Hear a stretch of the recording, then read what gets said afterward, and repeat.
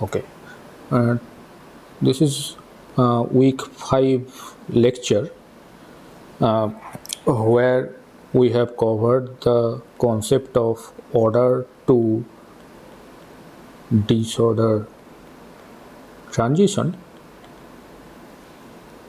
Then something like scattering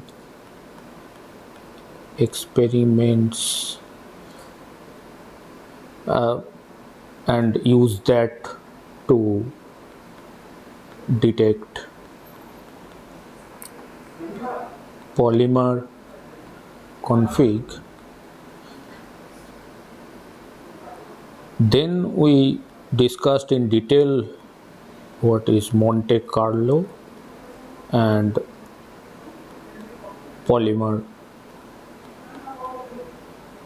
simulation.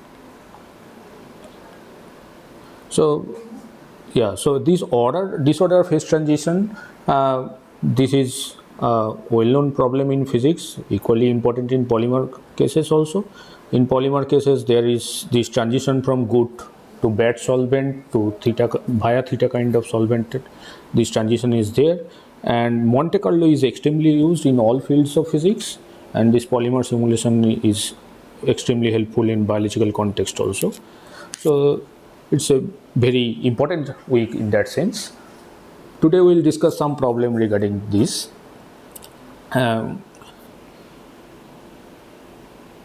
So what happens during phase transition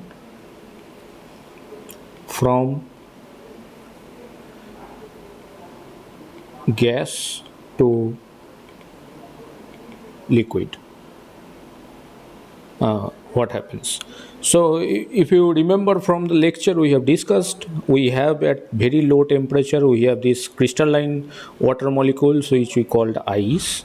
Then we heat it up, and above the melting point we have water, and if we heat it more there will be water vapor. So this state is solid, then liquid, and then gas. So there is a transition between these three states with the increment of temperature. Now in solid cases, there is these ice water molecules are regularly spaced, and there is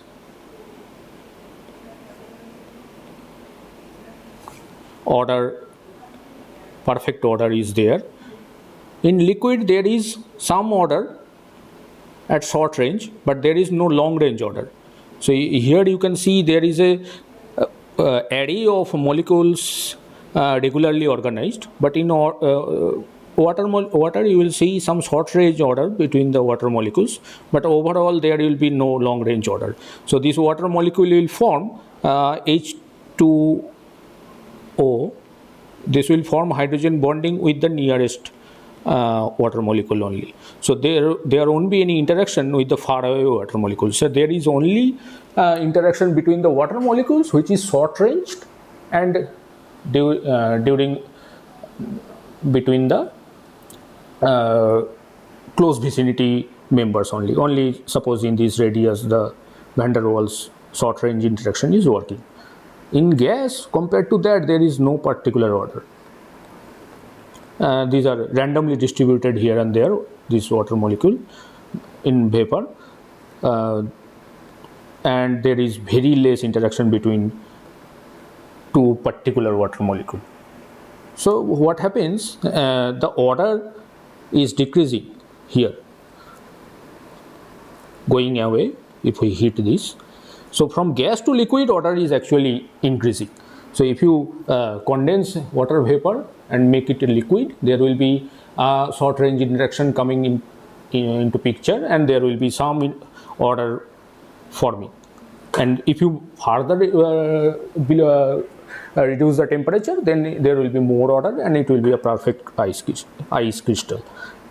But also one thing to note in this case, because these are very regularly organized, these water molecules, there will be no very less entropy. because there is only maybe few number of ensemble configuration is possible. So in number of configuration omega is very less, so correspondingly entropy will be very less of this state. If you increase the temperature, then there will be more number of states available, because there is less order between the water molecules, so there will be more states available. And in gas there is largest number of ensemble possible, because there is no particular order, so entropy will be very high in this gaseous state. So entropy very high in gas, but order very low in gas. What in between, both of them are like intermediate. In liquid both of them are intermediate. Okay, so this was the question. Question was like during phase transition from gas to liquid, what happens? Order decreases or increases, and entropy decreases or increases. So this is the explanation for that question. Then in the next question, so from the scattering experiment we have calculated SQ scattering factor, and we have seen that this goes like -1 by nu. This is the scaling. We have done big mathematics to derive this, and finally we got a result with scaling relation, which is SQ goes as Q to the power nu, where nu is that exponent which we have already seen from our Flory exponent discussion, that Re goes as m to the power nu. So nu will be 3 by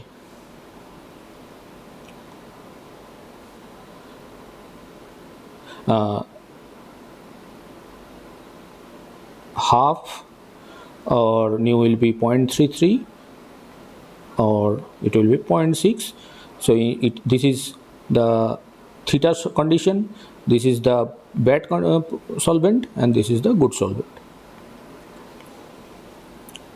So the question is, in bad, or alternatively you can call it this poor solvent also, in bad or poor solvents, what is the scaling? SQ goes like Q to the power of what?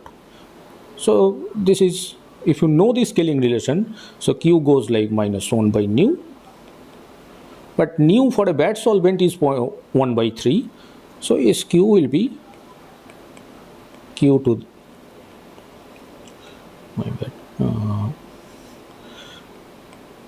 Q to the power, this is nu actually, this is nu, -1 by 3, so Q to the power -3.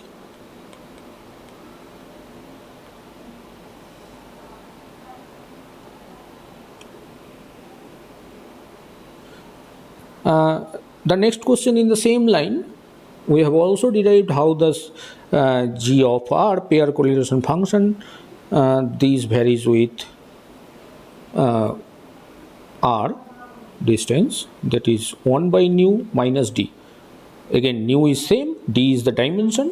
So how for an question is, for an ideal chain,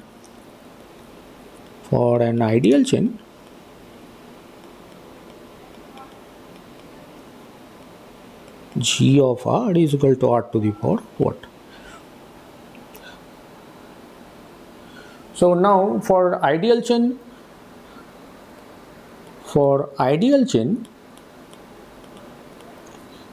nu is half. So this is the relation, scaling relation. We have to use that relation, and this is in 3 dimension, D is equal to 3. So G of R will go like R to the power 2 minus 3, that is 1 by R. This is for ideal chain. And similarly,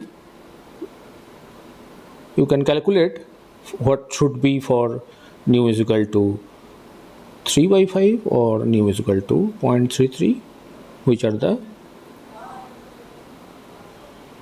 other two, good or bad condition, good or bad solvent.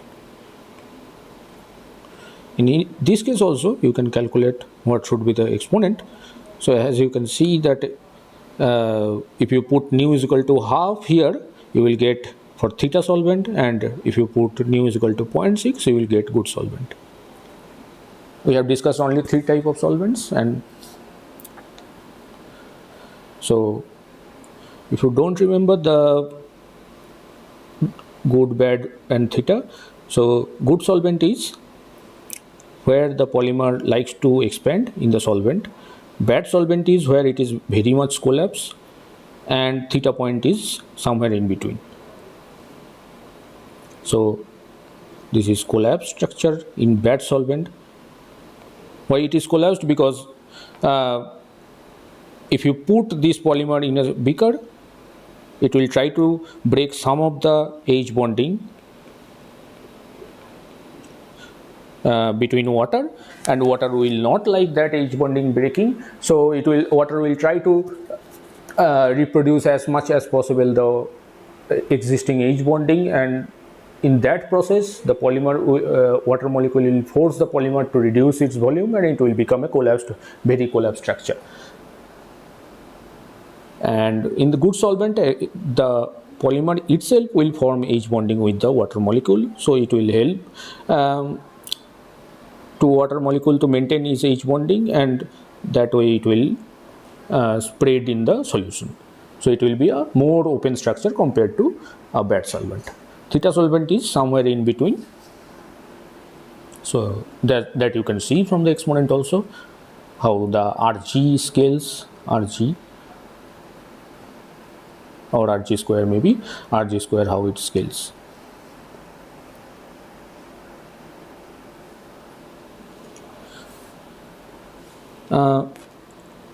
So next question is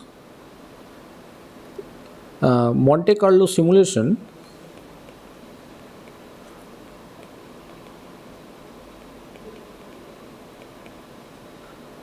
In Monte Carlo simulation, which is required, like force calculation,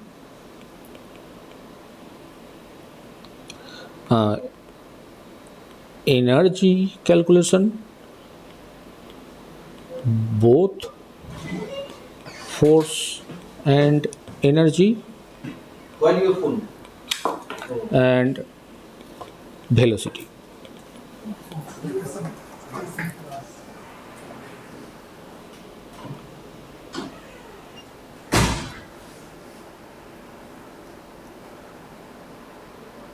So if you remember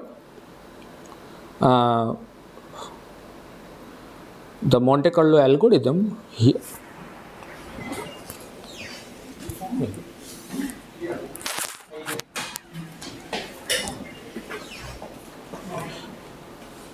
so in Monte Carlo algorithm, what we do, first we make a random move, calculate energy,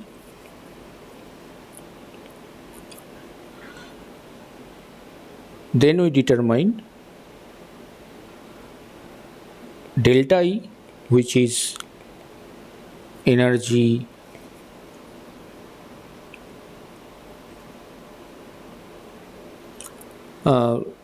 so energy, say nu minus energy old, then we determine whether delta E is greater than 0 or delta E is less than 0 or greater than 0. So if delta E is less than 0, the move is accepted. If delta E greater than 0, move is accepted with probability e to the power minus beta delta E, where beta is 1 by kt, right? So from this discussion it is clear that we have to calculate energy, not the force and not the velocity. Velocity calculation is also not important, not velocity, not force. We have to calculate the energy. So this is the correct option. But what is actually happening in Monte Carlo is, suppose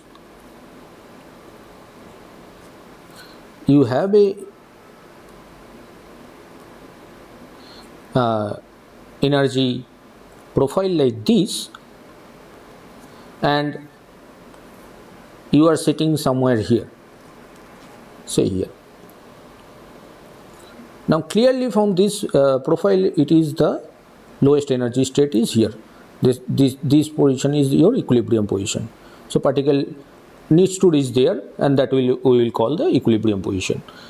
Now if you don't allow, so if it is going down the energy, so suppose if the particle is here, it is going down the energy, so the part will accepted, the move will be accepted, that part is fine.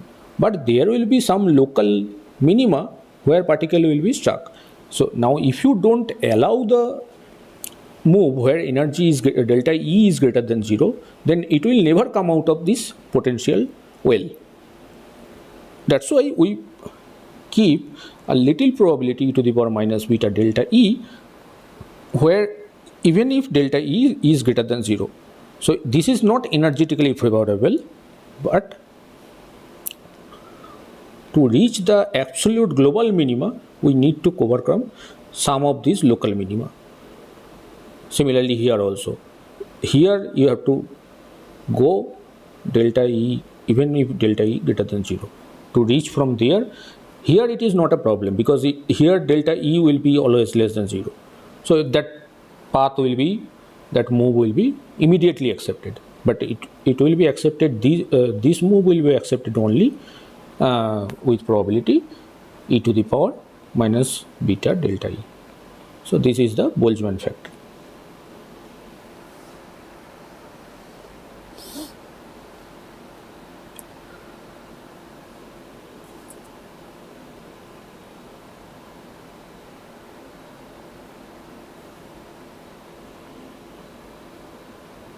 Now in the next question, radial distribution function of an ideal gas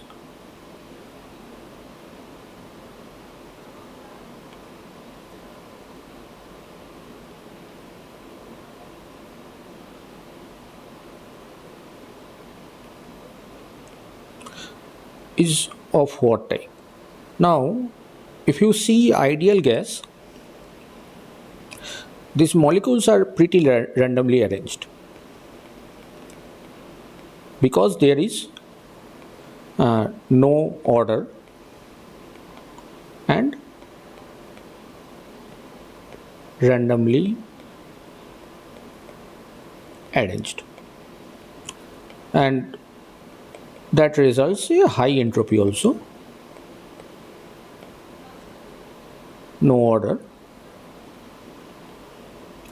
So the medium where there is a gas, it is almost like a homogeneous medium.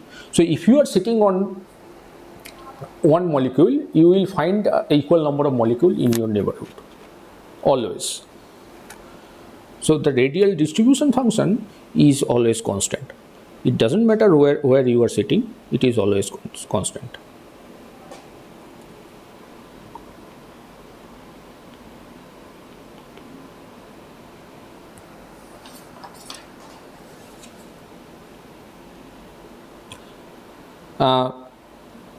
So next question is about polymer simulation. it is not about polymer simulation, but all kind of, if you are doing Langevin or molecular dynamics or Monte Carlo, in every cases it is applicable. So how you are modeling the interaction between two particle in the simulation. So suppose you are modeling a polymer, a bead spring polymer, where two beads are connected by a spring. So you will have some energy for the spring, so there will be a energy for U spring, which is dependent on the distance half k r minus r0 r square. So r0 is the equilibrium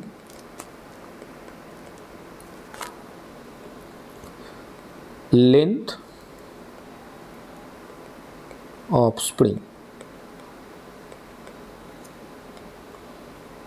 K is the spring constant, which you can use depending on your how much these bonds are fluctuate. So you can use according to that. So if you put very high K, springs will not fluctuate,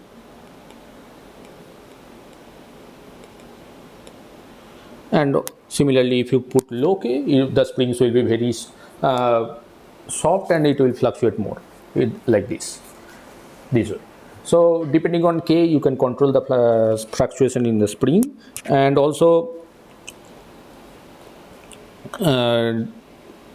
you have some other interaction like this between the non-bonded interaction between these two molecules, which are not directly connected by one spring. Two molecules which are not directly connected by one spring. So in that case,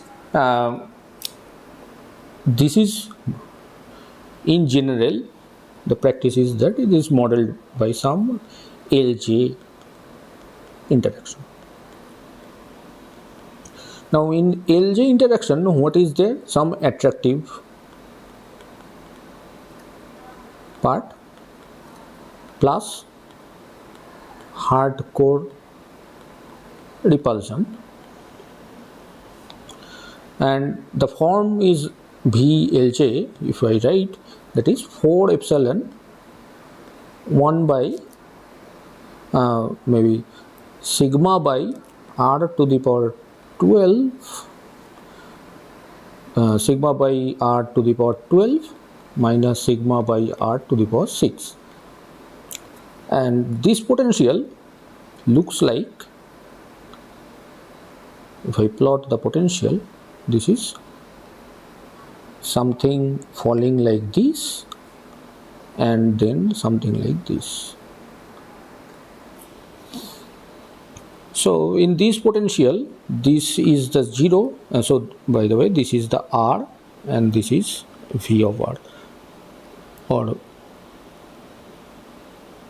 V or LJ of R.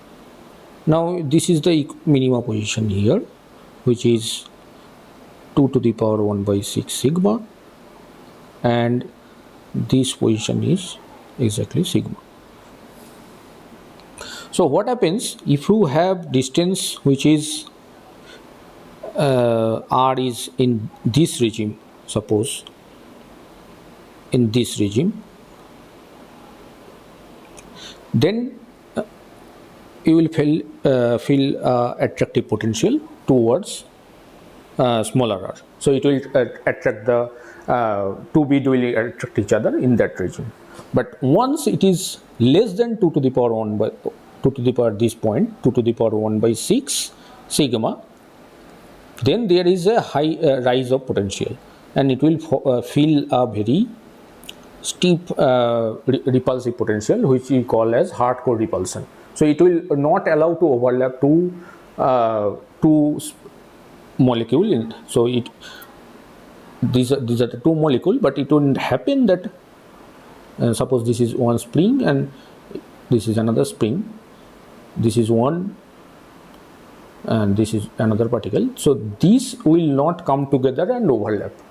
So this potential ensures that you have an attractive potential in between two beads that will control your overall energy of the polymer, but it will not allow the polymer to overlap, two beads to overlap each other. Now, why this kind of potential? This is a 12.6 particularly, but there are potentials like which is LJ 9.6 and very other method, because this how you are controlling this repulsive part is not very standard, and there is several potential available in the literature which you can use to model this. So again, so the just formalize this, and non-bonded interaction, which is the LJ interaction. This has attractive part and hardcore repulsion. So you may ask that you have this kind of two molecule and connected by spring. These springs are generally Hookean springs, and depending on K it will fluctuate more or less. So if this is the equilibrium length R0, this is the equilibrium condition. If it is around R0, so it will, the distance between these two will oscillate, will be fluctuating around this R0. So the distance between them will look like a Gaussian, and the most probable position will be R0. And in some cases you can also allow that if the distance between two particular molecule is larger than some cutoff, you can apply a cutoff in this, say RC, the spring will break. So you can incorporate that condition also.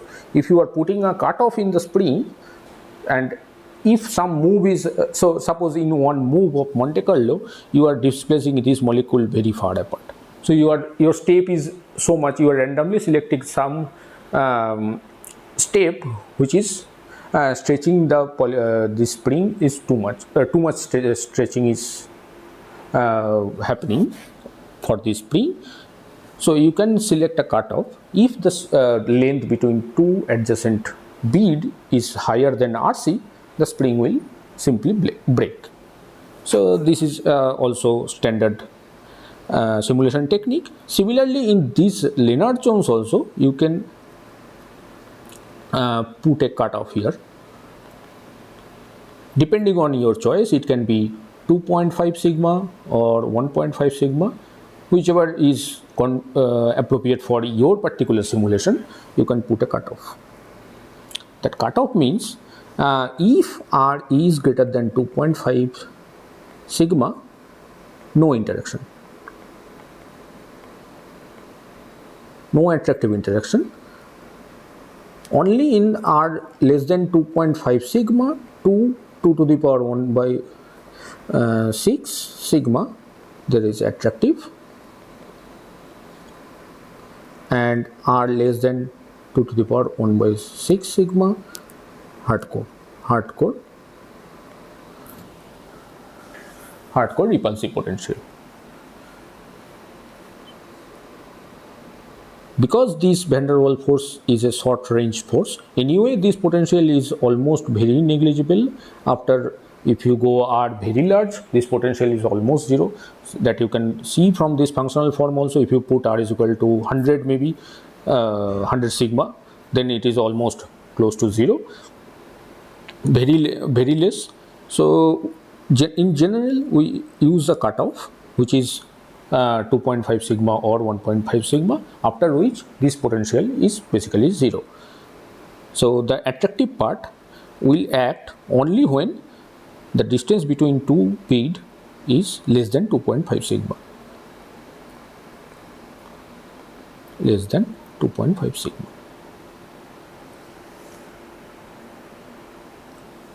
Okay.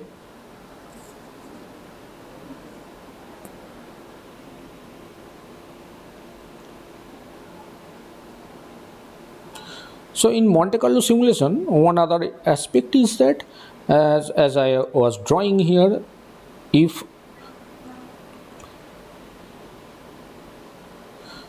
So you will start with a random configuration, random config,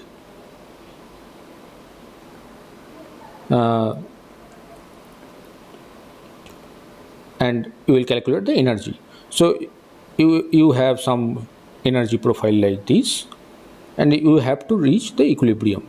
So Monte Carlo simulation is based on reaching you to the equilibrium. So it will come here, and this is the basically equilibrium behavior. So Monte Carlo is applicable for studying the behavior of the system at equilibrium. So suppose you are simulating one polymer, like this bead spring polymer you are simulating.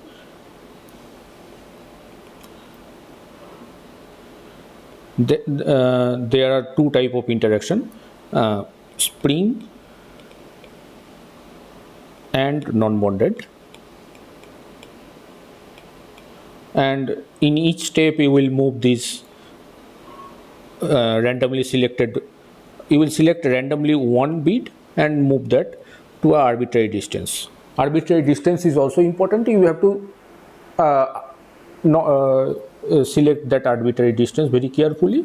You should not bias that distance to a particular direction. You have to select this direction, I mean all directions should be equally likely. So for that you can use a random number generator, standard random number generator, but how much you will, so direction is pretty random, you can move in any direction, but how much will you move, that completely depends on your choice. You can move very large, but in that case the springs will be stretched too much, and obviously if it springs is too much, that is away from the equilibrium because energy is increasing. But if you move very small, then also the spring will not, the position will not change much, and that basically will make your simulation very long, because you will see a very little change in each Monte Carlo step. So you will have to perform large number of Monte Carlo steps to actually reach the equilibrium configuration. So after reaching equilibrium configuration, you can see what is the equilibrium of behavior of the system using the Monte Carlo. So at equilibrium also there can be multiple configuration possible which are all equal energy. So you can study the how much variance is there in between the configuration and different other properties, like as we have discussed, this RG square or end-to-end distance square, how this and average over many configuration, and you can see how that is depending on into the power what you can verify from your simulation.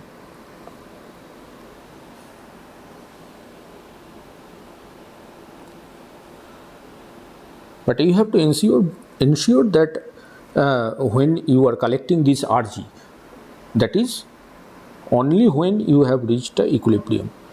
So how will you ensure that you have already reached the equilibrium? There you have to calculate some parameter. Suppose RG, it won't change much, it will fluctuate around the some mean value, or end-to-end distance square, it will fluctuate around some mean value. At equilibrium you are starting with some configuration which is like a straight chain. This is certainly not the equilibrium configuration, because there is attractive potential between these two. So if these two are closer, then there will be lower energy possible, because if you look at the van der Waals, these compared to these, this energy is lower. So it will try to come together and it will form some structure like this, and then more interaction will make some complex structure like this. So these properties, RG square or RE square, end-to-end distance square or radius of gyration square, these scaling properties only should be studied in the equilibrium condition, when the equilibrium is reached.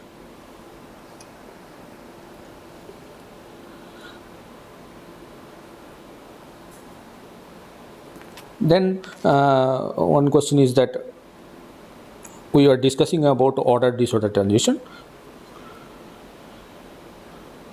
Order disorder transition.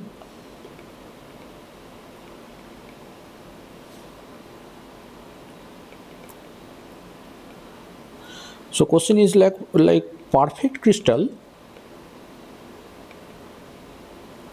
when. Now say suppose you have ice where regular arrangement between the molecules are there at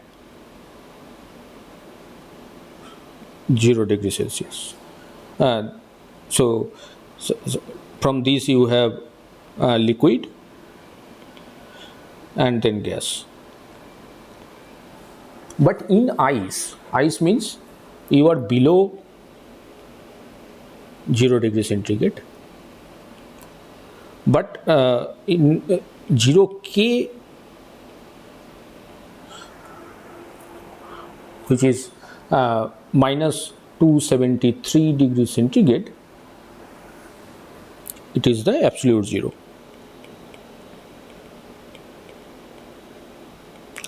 So in 0 degree centigrade, this is a crystal. Ice is forming. This is a crystal. There is sufficient amount of order in between the molecules, but even if because of presence of this temperature, which is not absolute zero, there will be some thermal fluctuation in the molecules. So it will vibrate around. This bond will vibrate in this direction. So there will be some molecular bond vibration, molecular vibration will be there.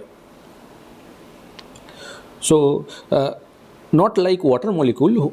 Water molecule, they are moving here and there. So it is making a hydrogen bond with these. Then at the same next instant, it is making with these. So it can change your hydrogen bonding and bonding partners, etc. But here bonding partners are changing are difficult. Changing and those kind of scenarios are difficult, but it can vibrate. The bonds can vibrate, the molecule can vibrate because of 0 degree centigrade. It is not absolute zero. But if you reach absolute 0 Kelvin, there will be no thermal kick. And in that scenario only, you will see a perfect crystal where there will be a perfect order and no vibration at all present in the system. So if the question is asked that when you will see a perfect crystal, that is only possible if you have this condition 0 Kelvin or minus 273 degrees centigrade.